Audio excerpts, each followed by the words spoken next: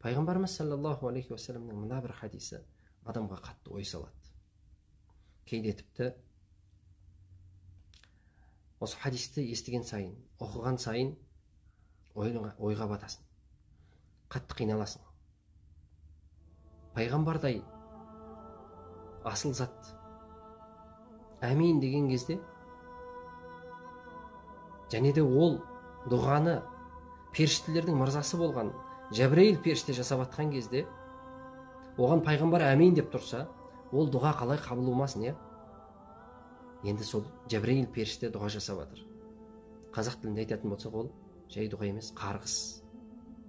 Рамазан айы кіріп, Алланың кешіріміне бөлін алмаған, Алланың мейіріміне бөлін алмаған адамды жүзі жер қаласын дейді. Яғни тозаққа лақтырылатындардың белгісі. Сол қарғысына пайғамбар саллаллаху алейхи уассалам әмин деп, солай болсын деп құптап жатыр.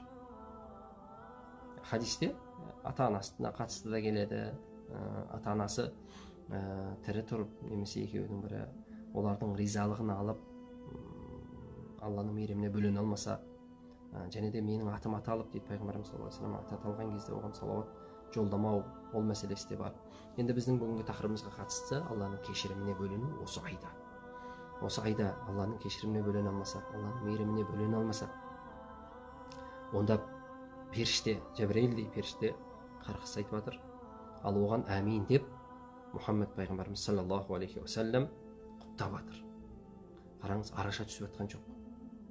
Әдетте пайғамбарымыз көбінесе үмметіне араша түсетін.